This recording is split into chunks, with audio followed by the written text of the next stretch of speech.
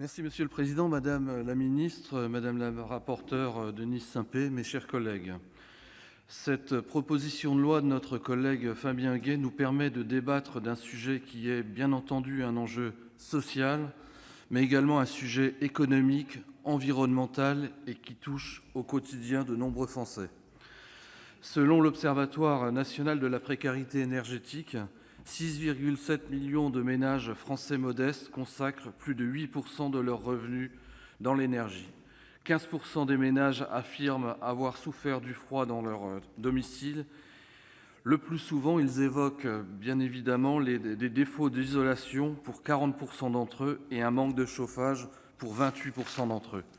Une récente étude de l'INSEE sur la vulnérabilité énergétique, incluant chauffage et mobilité, fixe le seuil maximal acceptable pour les ménages à 8% des dépenses pour le logement et 4,5% pour les déplacements. D'après ces critères, un ménage sur 5 est donc en situation de vulnérabilité énergétique. Par ailleurs, on remarque que les habitants des zones rurales, et en particulier les retraités modestes, sont surreprésentés dans ces résultats. En effet, sur 3,8 millions de ménages en situation de précarité énergétique en France, plus de 50% habitent en zone rurale ou dans des agglomérations de moins de 20 000 habitants.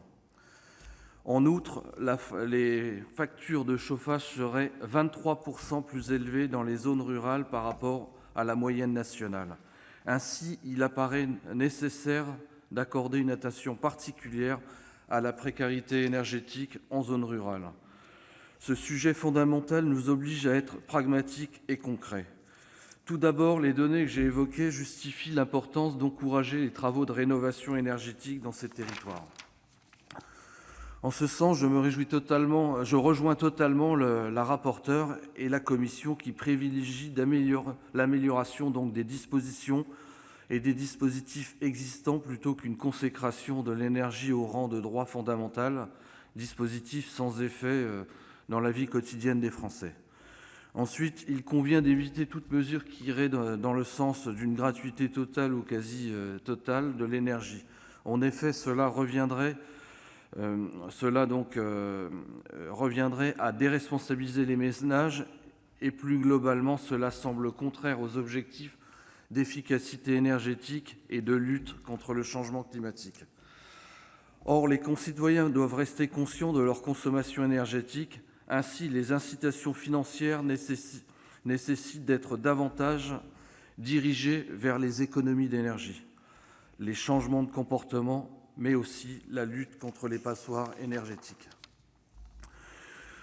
De plus, plusieurs dispositifs limitant les effets de la précarité énergétique existent déjà. Il semble important d'en mesurer l'efficacité et d'y apporter les améliorations nécessaires.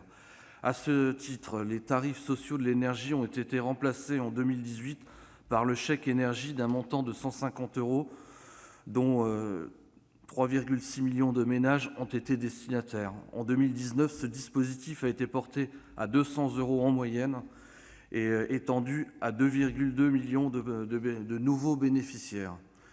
Néanmoins, 900 000 personnes ne savent toujours pas qu'elles sont éligibles à ce dispositif et seuls 75% des bénéficiaires du chèque énergie profitent réellement de cette aide. Ce dispositif doit donc être plus lisible, plus visible et sans doute revalorisé. Plusieurs lois protègent les ménages modestes. Je pense notamment à la trêve hivernale des coupures d'énergie et aux organismes qui aident les paiements des factures d'énergie, comme le Fonds de solidarité pour le logement, les centres communaux et intercommunaux d'action sociale. Mais la meilleure façon d'éradiquer la précarité énergétique reste donc la rénovation des passoires énergétiques. 80% des Français seraient logés dans des bâtiments très énergivores. Une forte mobilisation donc des pouvoirs publics est donc indispensable pour remédier concrètement à ce problème. D'autres dispositifs méritent d'être connus et au besoin renforcés. Je pense au programme Habiter mieux de l'ANA, qui permet de subventionner jusqu'à 50% des travaux pour les ménages modestes. Les certificats d'économie d'énergie pourraient également être une piste d'action à renforcer et à élargir. Et nous serons également très attentifs aux résultats du plan de rénovation énergétique des bâtiments lancé en 2018 et conforté. important donc de dynamiser et d'amplifier pour atteindre les objectifs visés.